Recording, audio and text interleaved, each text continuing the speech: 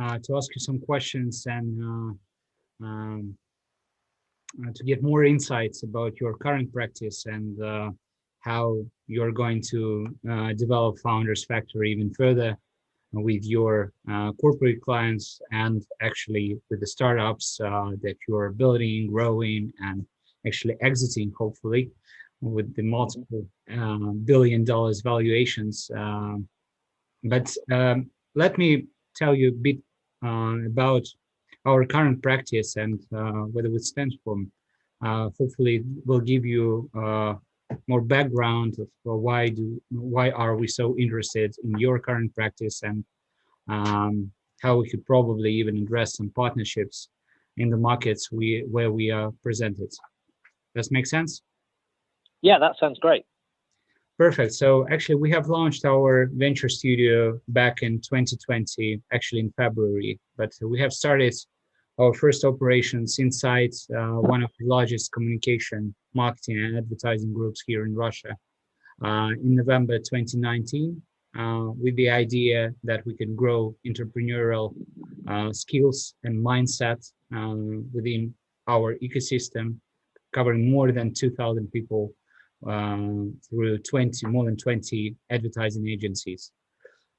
We have built our team mostly with the venture capital and accelerators background, as well as some product managers, to drive not only innovations inside ADV Group, but also to be able to launch products in a fast and lean approach together with our corporate partners. So today we are one of 4 operating venture studios in Russia, but we are the only one multi-corporate studio which has been started in a partnership between ADV Group and one of the largest telco companies in Russia called Beeline, and we're going actually to expand our partnerships in different segments like retail, FMCG, pharmaceutical industry,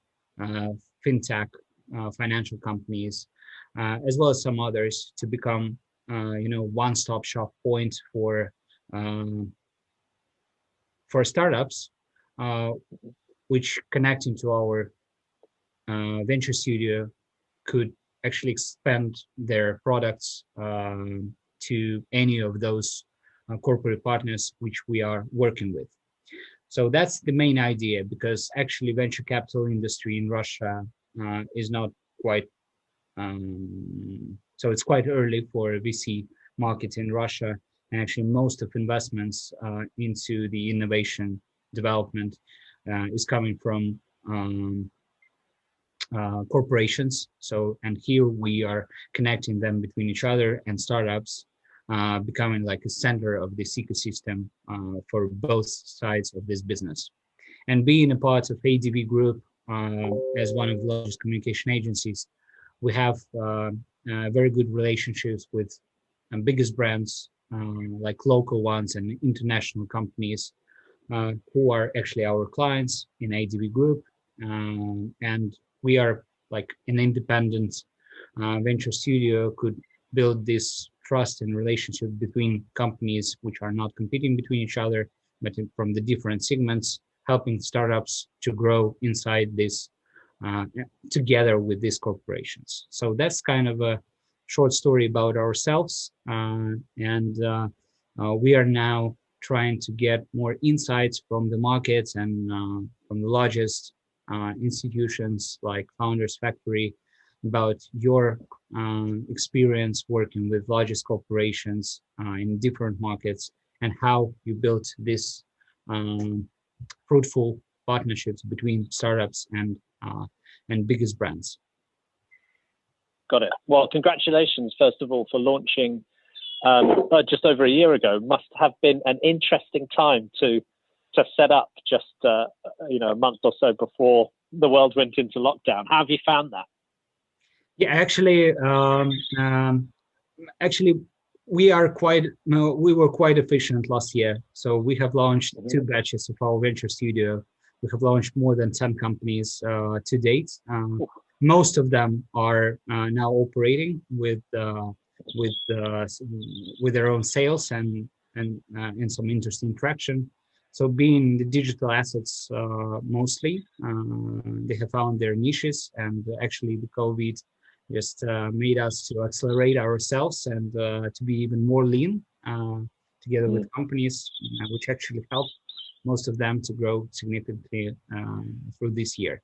And of course, it's great that we have received this kind of a back from both ADV Group and largest telco that I've been talking to you about. So actually everything is fine. Yeah.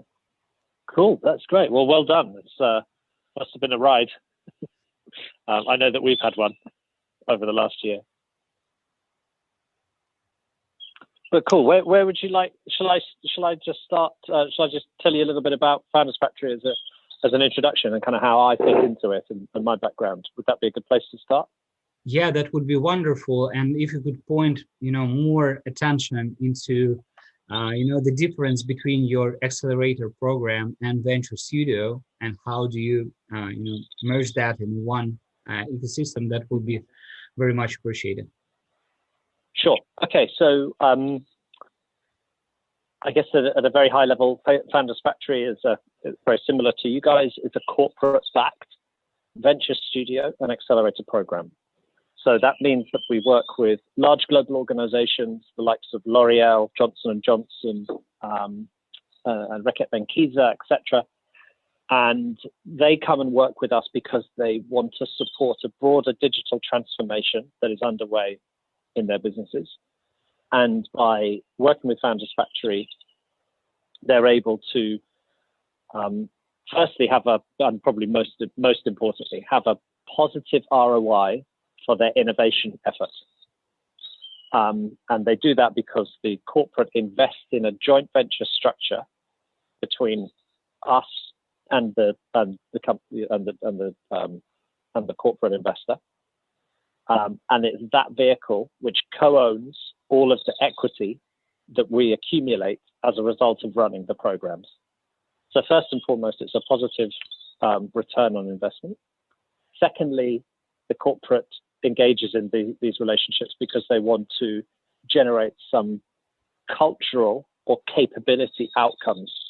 So that is, show me different lenses or different ways of understanding my consumers. Show me different ways of approaching new product development, but on an agile and very lean basis. Use our internal IP, or help us spin out our internal IP into standalone ventures so that we can maximize the chances of commercial success when they're outside of our organization rather than when they're inside. And then also bring us all of these interesting founders and companies so that we can mentor them and partner with them. And in so doing, we can increase our knowledge and understanding of things that are different and not our core business. So that's the sort of the drivers. And the programs itself, as I said, two programs. One is the Venture Studio, and the other one is the Accelerator. The Venture Studio is where we build a business from scratch with a founder. So typically we are taking ideas or concepts that are very, very kind of just ideas, basically. So like a deck or a few bullet points. And we're going through a process to validate, build an MVP, and launch, and then get that business funded. Very roughly, that's about a 6-month process. We invest off of what it costs us in order to develop and validate. It costs us about £100,000 for each business, and then we invest a further £150,000 at the point where we create the company and spin out the IP, and it's the first money in. And for that, the proposition to a founder is you get 12 months of operational support. You get Founders Factory as a co-founder for those 12 months. We invest 250K during that first 6 months, and a further 200K in services after that 6-month period. And for all of that, we take 25%, and the founding team shares, splits up the remaining 75% as they see fit. And then obviously we all dilute down as we crunch through the fundraising gears. Then, so that's one side. Then on the other side, we've got the accelerator program, which is where we work with existing businesses that are typically pre-seed or around the seed stage. They can be, they can be pre-revenue, sometimes they can be pre-product if we are confident that what they're about to launch, we believe in, and the teams can be that 2 people two people all the way up to about 30 or 40 people. So it's a very broad range, but the key thing here is that there's some measure of traction that we can understand and validate and get comfortable with. And we bring those companies through a 6-month period of support where we wrap around the combined expertise of all of the Founders Factory operating staff that we have, mainly in London, but also New York, Paris, and Africa, Johannesburg. And those people exist, sort of work in all of the different business functions that as an early stage entrepreneur you would love to hire, but you could not afford. So experts in legal, talent, design, product, engineering, data science, growth, etc., and partnerships and strategy and fundraising, and the reasons why founders come and want to work with Founders Factory are mainly kind of threefold. So firstly, they want help fundraising. So they want the materials to look absolutely, and the story to be crafted well, materials to look good. They want introductions to the right partners at the right funds, and they want help through the process. That's the first one. The second one is access to our corporate network. A big reason, big sort of value add for the Founders Factory model, and I imagine for yours as well, is that we can help connect micro scale businesses with global scale businesses, so that we can unlock what we call unfair advantage between those two groups. And that unfair advantage is split across a number of different dimensions. It's either resources, which in the form of cash, or in the form like investment, or in the form of people, so secondment and mentorship and just general advice. It's in the form of insight and data. So how do we get access? As an example, Johnson&Johnson will sit on huge amounts of proprietary research that they've done into consumer groups across a number of different angles. So, as a real example there, they've got this amazing data where they've surveyed loads of American women, from the age of 40 upwards, to understand consumer habits around menopause. That data is not published externally, but may be made available to companies that are trying to build services and products that help women through the 3 biochemical stages of menopause, and we can help unlock that. They might be able to uncover IP in the form of assets that they have lying around in their business that could potentially spin out. And then finally, so what we said, resources, IP, insights, and assets. Oh, and then also obviously commercial contracts and pilots and things like that. So Founders Factory sort of sits in the middle and solves the connectivity issues that happen when you take a tiny startup and you try and put it into a large multinational like L'Oreal and so on. And then, so that's fundraising, connections to corporates, and then finally know-how, which is kind of spoken, like as I mentioned, all of the people that we have for many, many years have just been taking businesses from 0 to 1, very specialist skill, and they can provide that insight and guidance to companies that come through the program. So typically for the accelerator program, that is a 6-month program. It's quite hands-on. We're sort of shoulder to shoulder with the founders as they operate the business day to day. And for that, we make a value investment of about £250,000, of which a small amount is satisfied in cash. And we have that as an investment into the company, either direct equity or as an advanced subscription or SAFE convertible structure. And we take between 3 and 8% of those businesses as they come through the programs. Okay, sorry, Damien, maybe I missed this figure, but what kind of average investments are we talking about when for the accelerator program? So for the accelerator, we typically value those businesses between 3 and 8 million. And so for our 250K, which we put in, that's roughly 3 to 8%, which we end up with. But we try not, we don't really value the companies ourselves. We try and let the external market do that. So we prefer to write our investment as a subscription agreement or a safe note. Yeah. And in that way, then a venture fund might lead the round, set the terms, and we just follow alongside that. And because we're doing that, we're incentivized to drive the right price with the founder and get it closed quickly. Okay, yeah, makes a lot of sense. Thanks a lot. So typically, you are investing like £200,000 as the value investment, and plus 50,000 as the direct cash investment into the company. Yeah, very broadly, yeah. It varies from program to program, and we're sort of reviewing that at the moment. But historically, in London, we've been investing 30K of cash, 220 of services. In the US, we've been investing $100,000 of cash, and so we're likely to sort of evolve that as we have new investors coming in, to be a little bit more competitive to where the market is now. 5 years ago, when we started Founders Factory, £30,000 was competitive because there were less accelerators out there. Yeah. Obviously, with Entrepreneur First and Y Combinator and a number of these other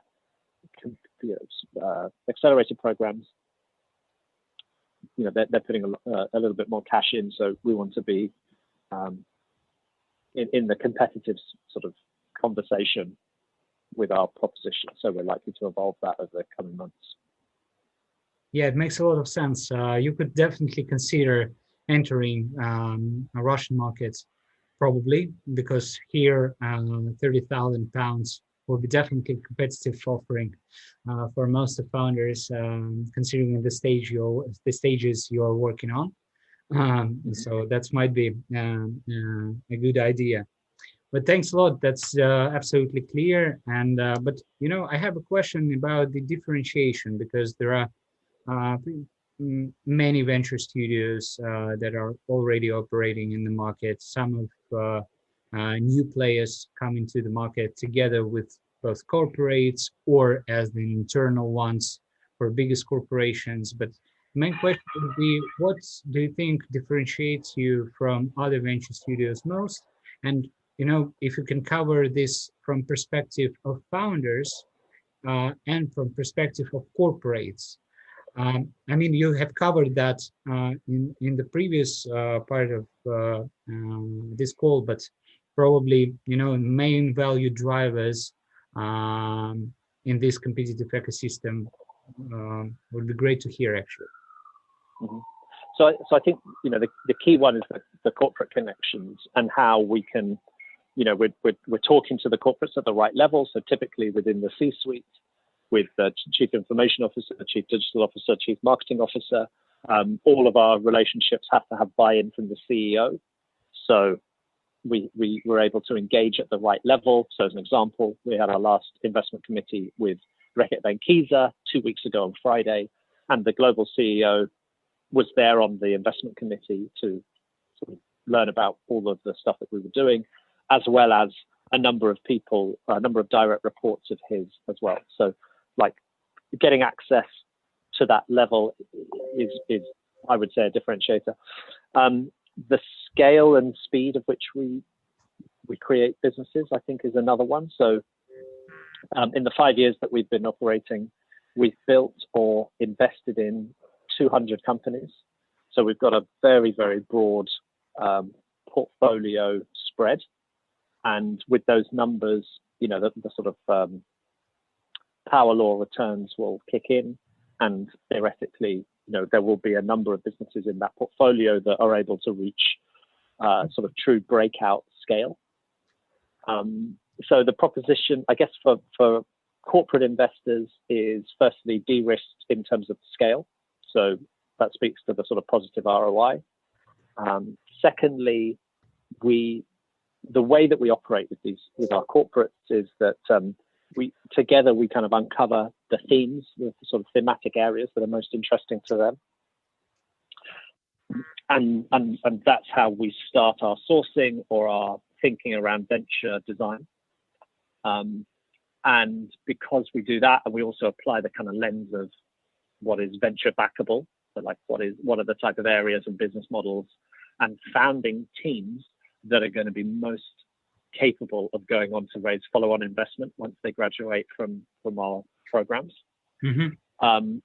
And because of that, we can say, okay, well, this is a business that not only meets a need that you have, but also we believe can go on to, survive in the outside world as a result of raising venture money.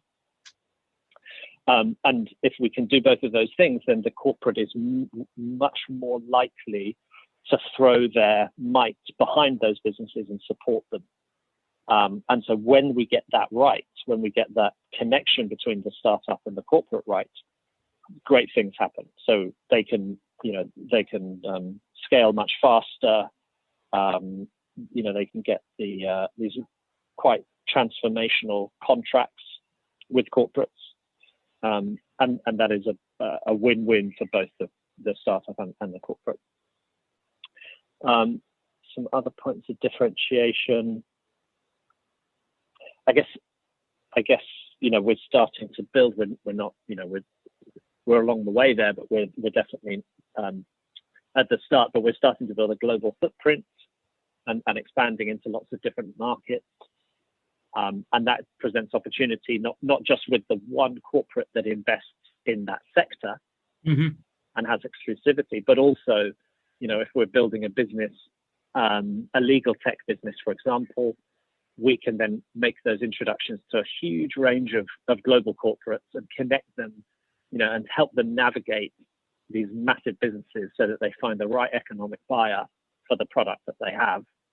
And that would save them, that does save people huge amounts of time and sort of improves the efficiency of their sales process. And ideally, if it all works, gets them meaningful financial contracts as a result.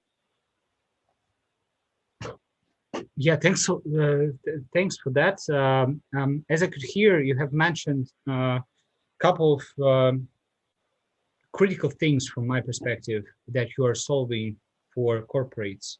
So actually, this is an ability to work with a very talented entrepreneurs and founders, actually people, quote, so that you will love to hire, but you can't afford. So that's the one reason. Secondly, right, we both understand that the independent company will be probably more efficient and just able to grow faster than the part of a corporation. But on the other hand, one of the major barriers that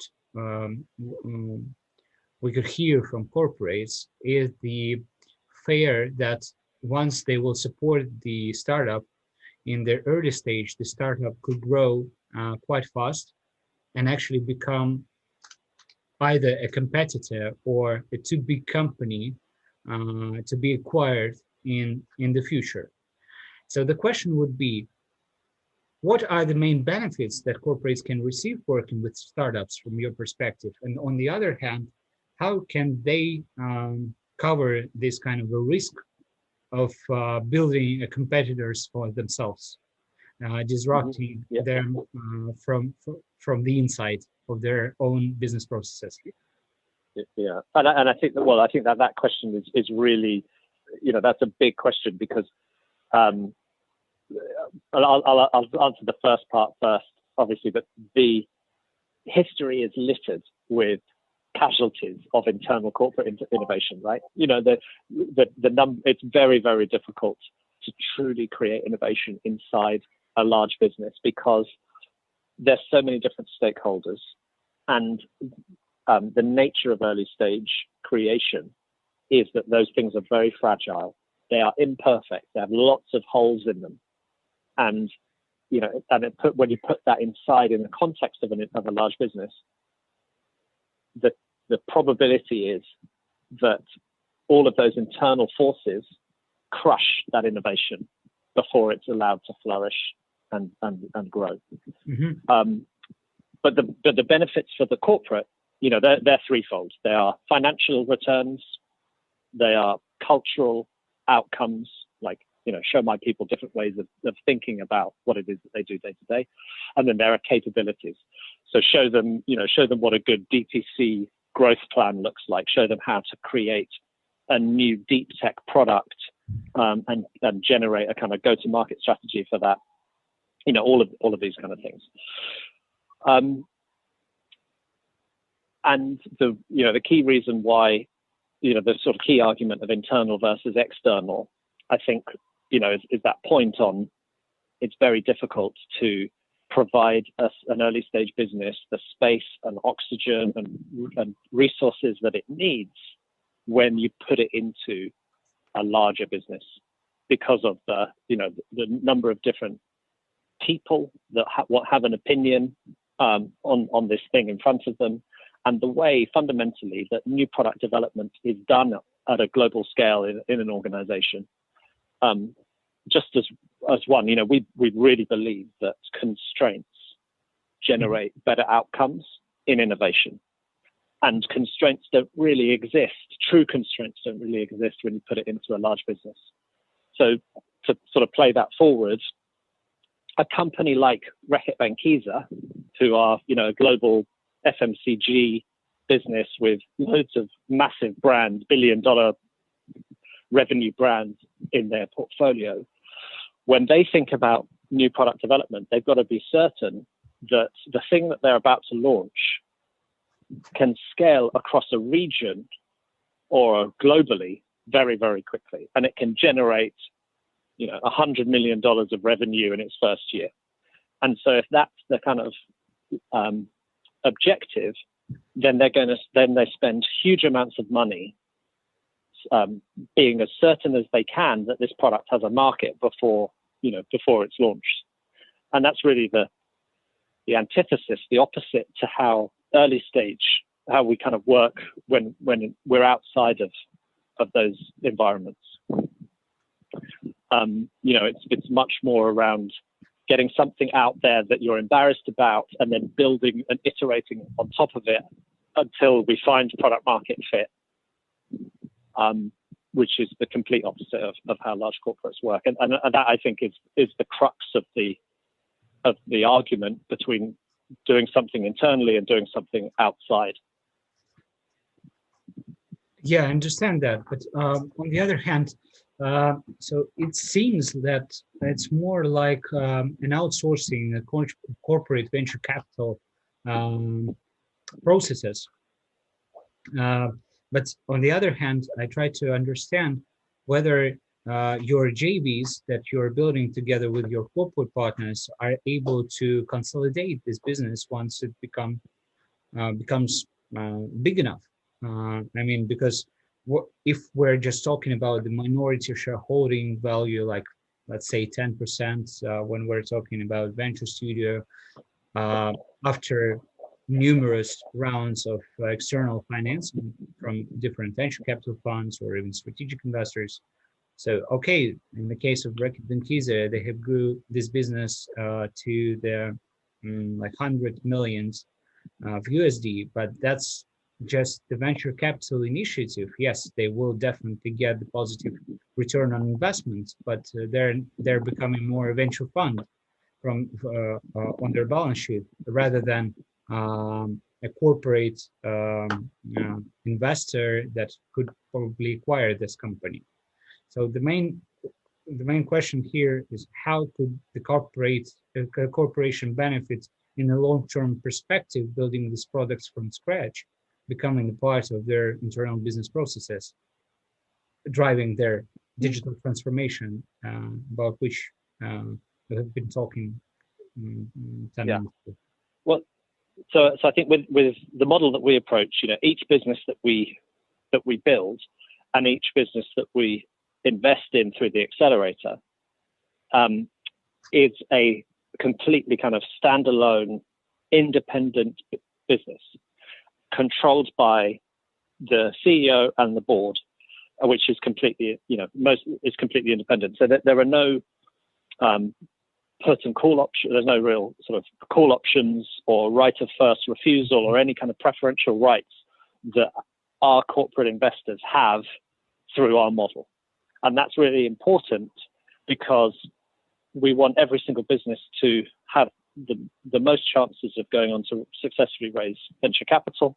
And when you have a strategic sitting on the cap table with any kind of preferential rights, that is viewed as a risk by external investors because it may prevent the company from maximizing its chances later and sort of maximizing its buying pool or investing pool later. So we definitely kind of don't include any of those preferential options in any of the businesses that we launch. Right. Yeah, makes sense. But do you have in that case? But on the other side, do you have any cases when one of your corporate partners has acquired your portfolio company because this one grew to numerous amount of revenue or just was quite a synergetic to the business of your corporate partner? Yeah, we don't have any examples yet because I think the portfolio is still really really young. Mm-hmm. So our oldest business that we have invested in, I think, is probably only about 6 years old. Mm-hmm. And we're not really at the time yet where that sort of vintage of the portfolio is ready for strategic M&A. If they are acquired, if any of the portfolio are acquired now, it's probably very early for different reasons, and I don't think any of our corporate investors have acquired any of our portfolio yet. They have invested directly into some of them. So L'Oreal has invested into a business called Slick, which is a hairdresser and beauty salon booking tool, booking SaaS platform. We've had Aviva, the UK insurer, invest directly into a number of businesses in the insurtech and fintech portfolio. And potentially in the future there may be some strategic acquisitions there, but certainly nothing is planned at the moment. So I think like the key thing here is that the CEO, together with the board of all of these companies, will decide what is right for their business based on lots of different advice that we can give them and so on. But they will decide if they want to have one of these large corporates join their cap table or join their board as a result of a financing round, and that's a matter for each of them. And we definitely stress. A degree of, we just make them aware of the risk. The risk of having a large strategic on the cap table, could put off people that might want to partner with them later or might want to invest in them later, if they're, especially if there are some terms which are not completely vanilla, like any other normal investor would apply. Yeah, absolutely. I completely align with you here because any external limitations might be crucial for early stage businesses, and of course, when corporations are trying to push these companies to be aligned with all of the corporate requirements in terms of financial, legal, operational responsibilities, that might definitely block some new revenue generating streams. So as I could hear, Damian, please correct me if I'm wrong, that you're like building more like a partners in a digital space for these corporations, helping these corporations also to be able to find out new niches that might become big business units in a long-term perspective. together, of course, with the return on investment from just the venture capital that you are investing for them directly and obviously more efficient. Yeah, that's exactly right. So we're not building. So the corporate, it's a partnership between us and the corporate. So they bring insight and opportunities and their view of the world, and we bring ours, and together then we say, okay, well, this is what we think this business might go on to look like. But after that, you know, the kind of one of the very, very clear principles is that we want to give ownership to the founder, so that when it gets difficult, you know, they're less likely to run away, right? And we see that a lot. You know, early stage business creation is really hard. The chances are that, you know, that it's not going to all be very smooth sailing. And unless those individuals who are running these businesses feel like they're making the decisions and they have that full sense of ownership, if that doesn't happen, they're much more likely to, you know, to sort of run away when it gets hard. And so that's a very clear principle that we have, and that really guides a lot of our thinking. And it's that sense of ownership. If we then said, okay, well,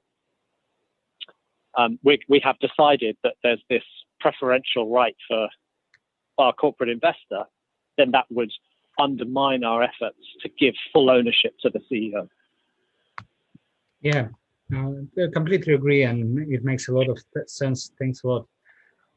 But now, when just let's get back to corporates one more time, probably. But when we're talking about setting up that type of a JV to invest into early stage companies, even to build the companies from scratch in this kind of a partnership, what minimum setup must a corporation have to start working with you and startups that you're bringing and building together, from a perspective of probably annual budgets, committing some time, resources, in-house innovation team, some kind of a recommendations for them to make this process more efficient? How many companies you are investing together with corporates through that JVs on average, on a yearly basis, or through a lifetime of that kind of investment vehicle? Sure. So the what we look for, our standard model, I'll refer to it as our standard model, is a 5-year investment term with the corporate, and it is directionally, it's roughly £2 million per year investment, and that 2 million covers Founders Factory's operating costs, as well as the off-balance sheet investments that we make into all of the different companies. So it covers the cost of running the program and the money that goes into to buy the equity. And for that, again, the standard model is 5 accelerator companies per year and 2 businesses built from scratch per year. So over 5 years, multiplied by, at the moment, we've got, I think, 12 investing corporates. So that's the kind of scale of which we do it. So it's really quite high volume. Yeah, I can't even imagine. My days are very busy. That type of scale. And actually, when I'm starting thinking about all the problems that you're probably meeting when you are starting, so for the year one, working with corporates, I believe that you are not completely aligned with them in terms of their strategy, and they could be quite aligned with all of your operational excellence and practices that you are using on a daily basis. That might be a big mess for everyone. Yeah, it is. The first couple of years, I've only been at Founders Factory for 2 years. So I can only give you the most recent view, but I know that when we were setting up the business, we have applied a continuous innovation mindset to how we run our programs and structure our teams and work with corporates and startups. But in the first 2 years, we were definitely not hitting the 5 and 2 every year for every investor, which has meant for the last 2.5 to 3 years, the volume has been a lot higher than 5 and 2.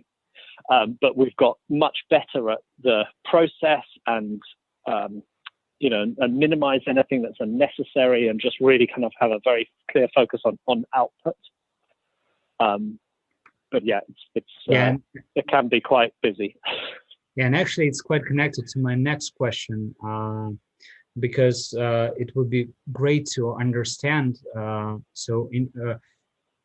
Could you connect with, so how your teams, I mean, your operational team of Founders Factory is connected to the corporate? How many people should corporate has internally to drive this process with you, and how many people and what kind of people you have to launch this 5-year investment program with corporates, including actually building 2 businesses from scratch on a yearly basis? Sure.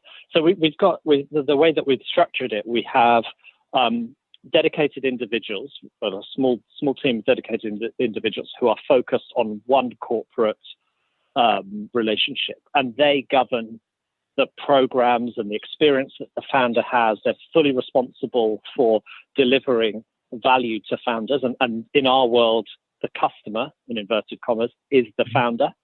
So we work for the founder. We don't work for the corporate. That's a really important distinction. And we typically have one managing director or sector director per corporate. And this person, this role, we try to find a very experienced founders to come in and do that role. They've got to have either they have started a company themselves or they have been a co-founder, very early hire, and along for a journey of raising capital. It doesn't really matter whether it was a success or not in the eyes of kind of financial returns. They've just got to have been there, seen it, and done it. And in that way, they can be so much more credible with early stage founders as they come through, because they've walked the walk. Mm-hmm. So that one individual, they're dedicated to each corporate, and they've got to come with some domain expertise. So, within Aviva, they've got to know fintech or insurtech. Within L'Oreal, they've got to know beauty tech. And then they're supported by a sourcing person that helps manage the pipeline of accelerator investments, because obviously they've got to be out there in the ecosystems where founders hang out. They've got to be able to communicate the Founders Factory proposition effectively to these people. They've got to take them through a sort of due diligence process leading up to an investment committee decision. So we've got a team, individuals like that. And then in some cases, then we also have a partnerships role, which helps to connect the startup to commercial opportunities and unfair advantage opportunities as we understand them. So that's the sort of core team. And for each corporate investor, that is multiplied. That team is then replicated. And then outside of that, we have shared services for growth marketing, for legal, for talent, and all of the rest. Everyone acts as a sort of shared service to those sector teams. Mm-hmm. And when it comes to the venture studio itself, once the concept is approved at an investment committee, it starts in the studio, and we go through, it's all quite different, but on average, we spend 1 to 2 months further validating and deciding upon an MVP. We spend roughly about 4 months building that MVP, and then we launch it, and the company spins out, and it's an independent business at that point. And then we've got a product in market, gathering some feedback and something to iterate from, and then they join the accelerator program. Okay, makes sense. And Sorry, the individuals. Yeah. I was just going to say the team that work on the venture studio. Yeah. We normally assemble a project board. So that's typically the sector director, as I mentioned before, as the chair, and then 2 more individuals from Founders Factory from one of those central teams, and that normally is could be a product manager, it could be a product designer, could be a growth person, but it really varies. It's down to each kind of the interest that people have on the domain that we're building in, and their fit for the project. And then we hire a founder, sometimes a founding team, as quickly as we possibly can as soon as that concept has been approved. And then they are the ones that are building it with our support around them. Okay, yeah, makes sense. So actually, that was my question. Do you have any kind of entrepreneurs in residence or product managers who are actually starting to build this concept and covering this first 1-2 months in validating the hypothesis and then probably building an MVP internally? Yeah, so we will work each project as soon as they're approved. We try and find the founding team that then takes that company on for the lifetime, or as long as they can. Okay, yeah, thanks a lot. So, but in terms of probably for just finalizing our today's call, which is actually much appreciated, a lot of insights we have already heard, but probably you could point out some great business cases in a couple of segments that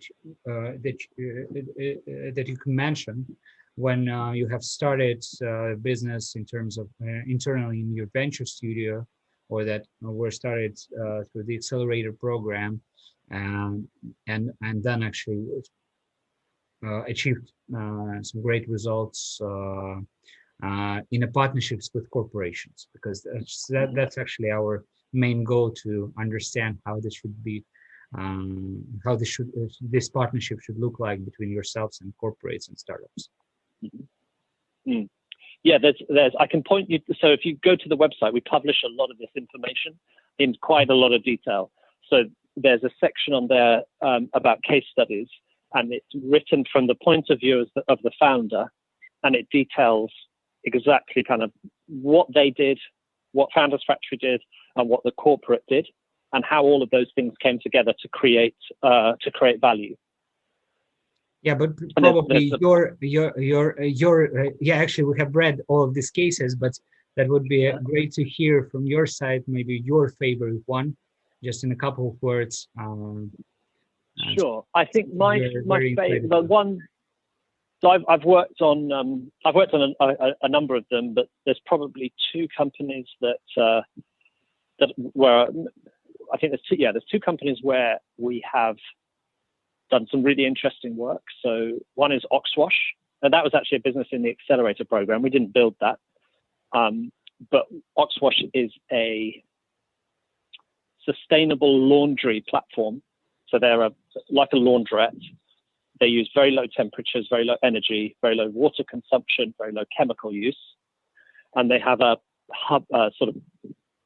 hyperlocal approach to how they operate. So they operate on pedal power by going on bicycles and getting the laundry and then delivering it again. And this business, we met them in 2019, and when they came to investment committee, they referenced a case study in the US with Tide, which is owned by P&G, I think, or Unilever, and how they had backed a laundry business, and it was the fastest growing franchise opportunity in history, second only to McDonald's. And they said, wouldn't it be great if we could do Oxwash powered by Vanish, which is the detergent. So then we started working with them, and one of the big outcomes that they wanted was how to engage with Reckitt Benckiser so that we could make this brand partnership happen. Fast forward to January of this year, and Oxwash was the commercial launch partner for a product called Vanish Zero, which is Vanish's sustainability brand extension. And Oxwash is now partnered with Vanish.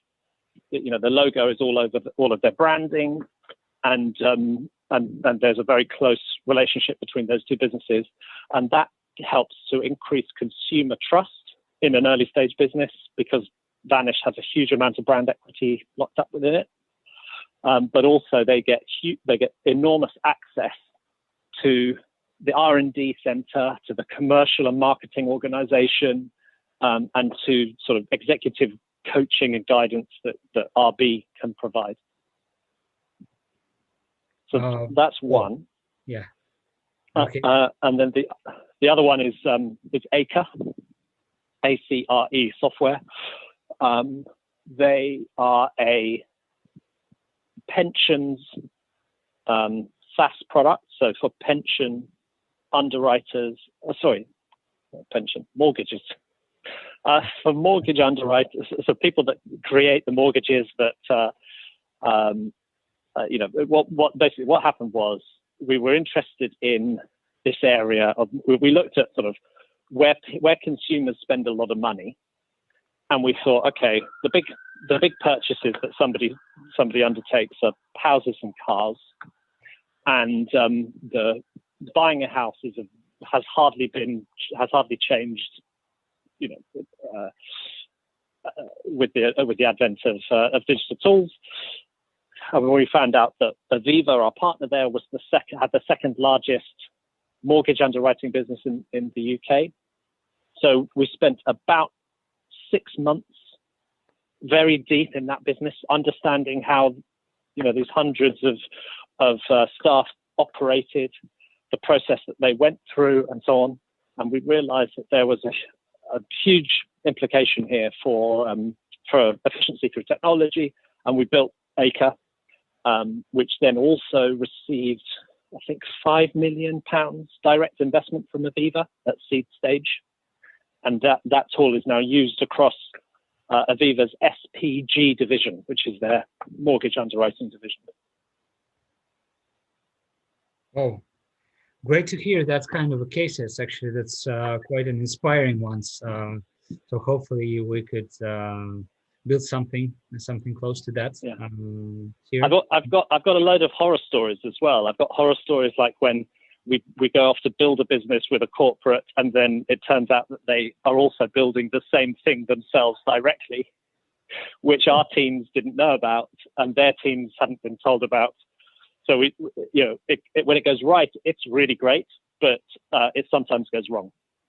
Of course, but we are doing venture capital, so we should understand that there will be losses from the bounds, and that's okay. And actually, one of the reasons that I'm telling that is actually on the terms of math, right, and the probability. So once you have signed off your investment from one company, that actually grow the probability that the other one will be successful.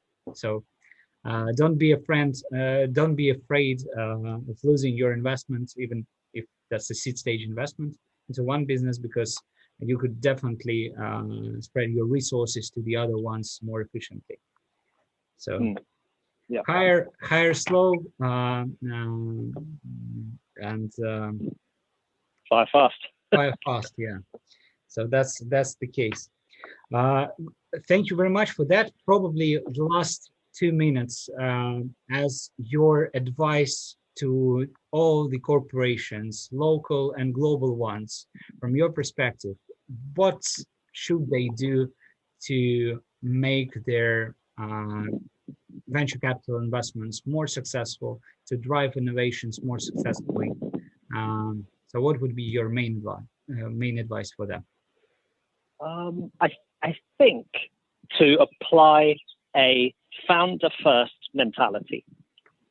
So if you can operate all of these programs by putting yourself in the mind of the founder and what they need, rather than what you need to satisfy your internal machine, then that sets you up for success. I think where we see friction or things not working so well is when corporate innovation teams and corporate venture capital teams come to external startups and try to bend the startup to suit their large organization. So where that works is, I need to see this report, or I need to, you to fill out this compliance form, or you to divert your roadmap, or something like that. That is where things start to get misaligned. But when these people are kind of thinking, okay, well, what does this founder need? What is it? How can I be helpful to this company? That is I think the best way to engage in the conversation initially. So that's great advice. Thanks a lot for this. We'll definitely share it with all corporates that we are working with here in Russia and hopefully in the markets. So we'll definitely support you on the mission of creating this kind of a great, sustainable and long-term relationships between venture capital industry, startups and corporations. Damian, thank you very much for your time and your absolute pleasure. My pleasure. And if you guys, if you guys are ever in London and you want to come in and see our operation, assuming that we're able to get back into a physical space again, then I'd love to show you around and introduce you to some of the companies and some of the team. Once you have flights open, please feel free to come to Moscow. There are not so many restrictions nowadays, so actually it's becoming more springish here. So the weather is becoming fine. So April is the best months to come. So feel free, and we'll be happy to meet you here and to actually connect you with some corporates here and to discuss what are the main problems in the local markets. Thanks a lot, and hopefully we'll collaborate together on some companies once there are some entrepreneurs relocating to London or to New York or Paris. So we'll be happy to recommend you to take a look on them and to become a part of your program. Great. Well, that's kind of you. Well, it's very nice to meet you, and thanks for the conversation. Thank you so much. Thanks a lot. All right, guys. Take care. Have a good day. Bye-bye. Thank you. You too. Bye. Bye.